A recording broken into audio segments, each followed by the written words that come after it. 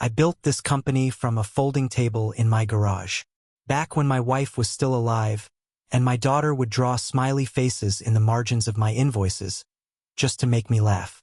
26 years of long nights, missed birthdays, and a pressure that lived in my chest like a second heartbeat. And then, just like that, well, it didn't feel just like that, but it felt that way.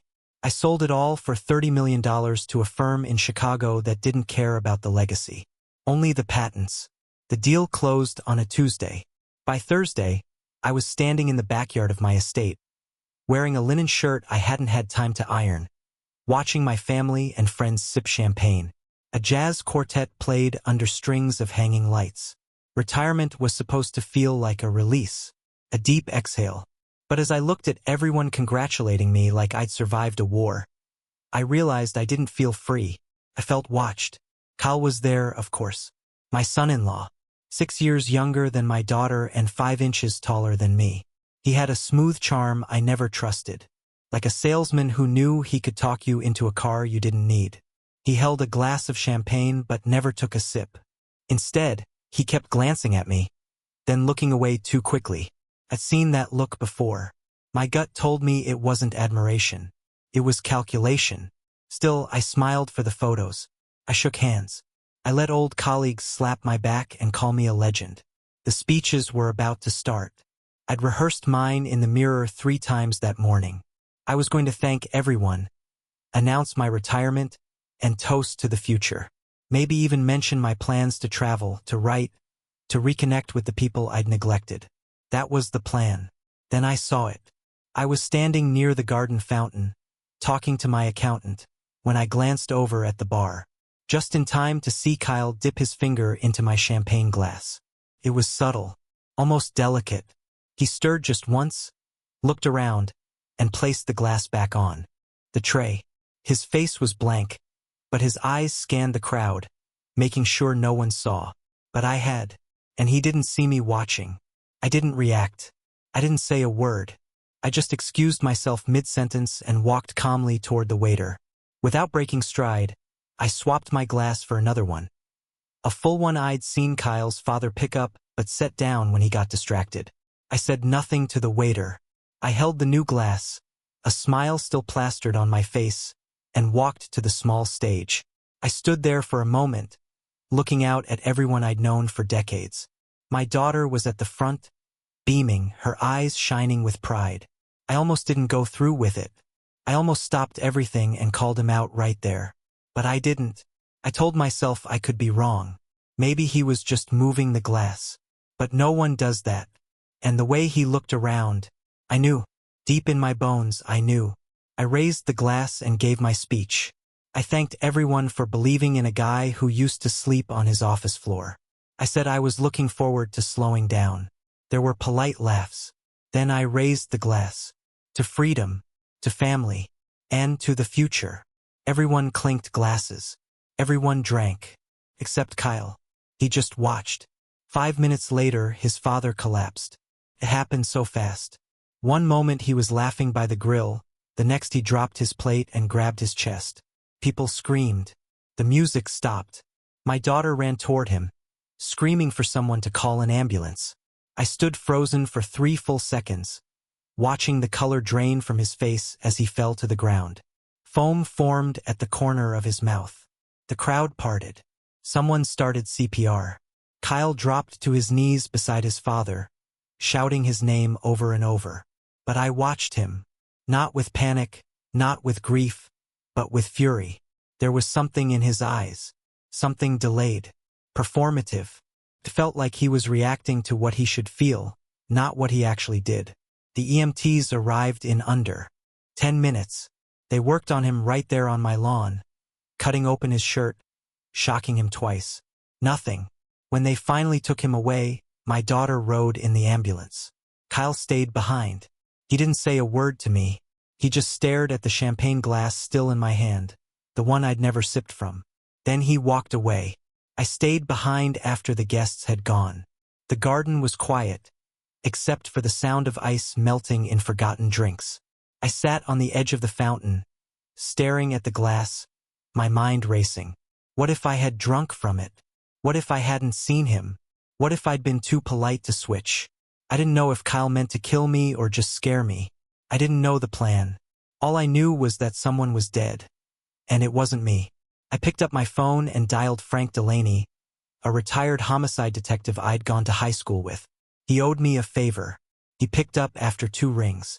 "Frank," I said, my voice trembling. "I need to talk to you tonight." He came over within the hour. By then, I'd rinsed the glass and placed it in a plastic bag. I told him everything. He listened in silence, his eyes narrowing. When I finished, he didn't say I was paranoid. He didn't say it was a serious accusation. He just said, "Good thing you trusted your gut." The hospital called at 2:12 a.m. Kyle's father was pronounced dead. The initial report said cardiac arrest, but they were ordering a toxicology screen because of how sudden it was. I thanked the nurse and hung up. Then I sat in the dark, staring at the stars, the plastic-bagged glass on the table beside me. I didn't feel victorious. I didn't feel clever. I just felt cold. The morning after the party, the house felt like a mausoleum, silent and heavy. The champagne flutes were still on the counter, half-filled and flat. Flower petals had started to curl inward, wilting as if they, too, had witnessed something they couldn't process. I moved through the rooms like a man underwater. My thoughts were a slow churn of images. Kyle's finger in the glass, the thud of his father's body, the way my daughter screamed. I hadn't slept. By mid-morning, I'd made a pot of coffee I didn't touch and turned off my phone after the 12th call. Everyone assumed the collapse was a freak accident, a tragic coincidence. No one knew what I knew. No one had seen what I'd seen. Kyle had been careful, too careful. Frank came back around noon. He brought a notebook and a quiet seriousness. He listened as I recounted everything, slower this time. He asked questions. How far was Kyle from the tray? What direction was he looking? I handed him the plastic bag with the rinsed glass. "You should have left it untouched," he muttered, but didn't chastise me further. "Let's hope the residue is still traceable." He promised to have it tested discreetly. By 2 p.m., the toxicology report came in. It confirmed what I already knew but hadn't dared to say out loud. Potassium cyanide, a dose high enough to kill within minutes. The official cause of death was acute poisoning. An investigation would be opened. I wasn't just a man who'd seen something suspicious anymore. I was a key witness in a homicide. Frank advised me to keep quiet until the authorities approached. "Let them come to you, but when they do, tell them everything." I didn't tell my daughter. Couldn't. She was still reeling, still trying to hold together the emotional wreckage. I'd never seen her cry like that before, not even at her mother's funeral. The police came the next morning. 2 detectives sat in my living room and asked for my account. I told them everything, start to finish. I described the glass switch, the expression on Kyle's face, his failure to drink. I handed over the security footage. It was grainy, but clear enough to show Kyle lingering near the glasses. They thanked me for my time and left with the evidence bag. I stood at the window and watched their car pull away. A chill crawled up my spine. It had begun. 2 days later, my daughter came over. Her eyes were red-rimmed. She looked thinner, like the grief was eating her from the inside out. She hugged me tighter than usual. She sat in the same chair her mother used to love. "Do you think it was murder?" she asked, her voice small. I hesitated too long. She caught it. Her face shifted. "Dad, you know something." I didn't lie, but I didn't tell her the full truth. "There's a lot we don't know yet. Let the police do their job." She looked away. The silence between us stretched. Then she whispered, "Kyle hasn't cried. Not once." And just like that, I knew her faith was beginning to crack. That night, Frank called. "They found trace cyanide on the inside rim of the glass you switched. It's official now. The investigation is turning toward Kyle." I didn't feel vindicated. I felt hollow. I stepped out onto the patio.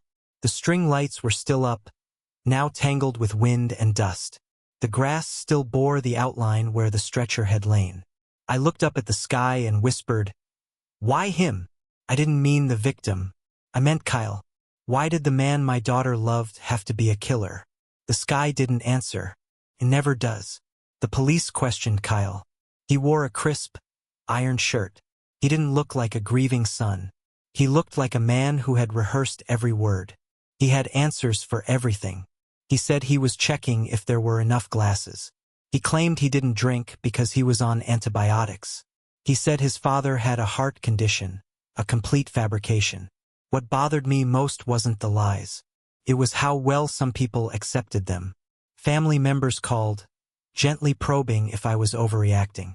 One cousin said, "Are you sure you're not letting your issues with Kyle cloud your judgment?" That stung.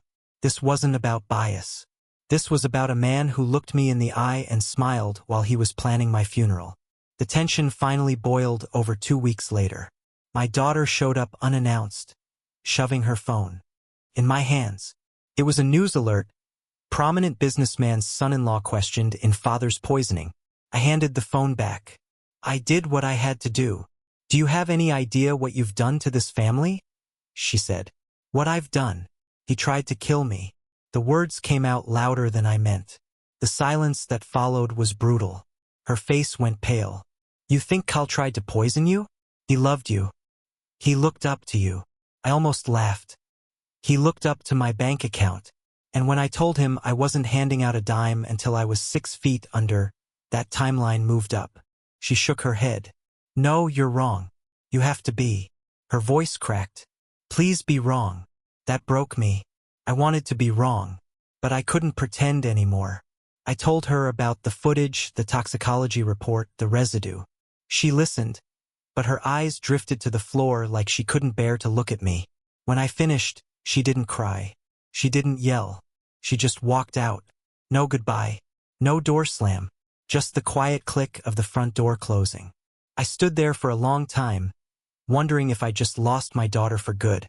A week later, a breakthrough came from my nephew, Jordan. He was brilliant with tech. I mentioned Kyle's strange behavior, and he perked up. "Didn't you guys share a family cloud folder?" My heart skipped. Yes, we had. Jordan pulled out his laptop. People are stupid about cloud sync.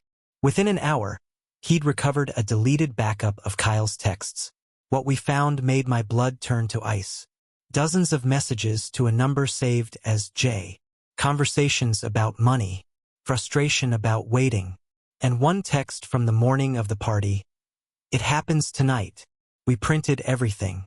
I handed it to Frank, who took it to the lead detective. A formal warrant was issued.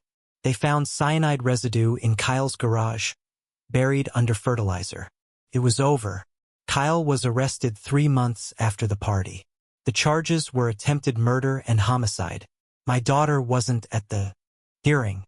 She'd gone to stay with friends in Arizona. I didn't hear from her. I didn't expect to. The day of Kyle's arraignment, I wore the same suit I'd worn at the party. The irony wasn't lost on me. Only this time, the toast was to justice. The weeks after were some of the loneliest of my life. Knowing you were right, knowing you did the right thing, but still feeling like you've shattered something too delicate to ever rebuild. No one called. No one visited. I was quarantined. And through all of that, not once did my daughter reach out. That silence was the sharpest cut of all. I walked around the house, not recognizing the life I had built. The photographs on the wall felt staged. The laughter frozen in frames mocked me. My sister Linda called. "You sure you didn't set him up?" she asked before saying hello. I had to laugh at the absurdity. "Do you think I'm capable of framing someone for murder?" There was a pause. Then she said, "No, but people are saying maybe you wanted him out of the way." I didn't respond. People will believe what makes them feel safest. The truth was too ugly. The social media backlash was surreal. Strangers accused me of targeting Kyle because he wasn't old money. They painted me as a jealous, controlling patriarch. They didn't know about the texts, the glass, the cyanide, and I couldn't tell them. One night, I found myself driving to Kyle's father's grave. The cemetery was empty. Moonlight painted long shadows over the headstones. I stood over the fresh grave and whispered, "I'm sorry. Not because I killed him, but because I didn't stop it. Because I hadn't screamed the moment I saw Kyle touch that glass. I'd acted quietly, trying to protect myself without causing a scene. And someone paid for my silence with their life. That guilt doesn't go away. Carves itself into your decisions, your breath, the way your hands shake when no one's looking. The confrontation came 3 days later. My daughter showed up without warning. She walked in with her key and found me pouring a drink I didn't want but needed. "I read the messages," she said. "No greeting, no anger. Jordan sent them to me. Couldn't believe it. I still don't know if I do." "You believe he wanted me dead?" I asked. Her lips trembled. "I believe he wanted money. I believe he hated waiting. I don't know if he wanted you dead. But I think he didn't care if you were in the way." That distinction felt both honest and devastating. I nodded slowly.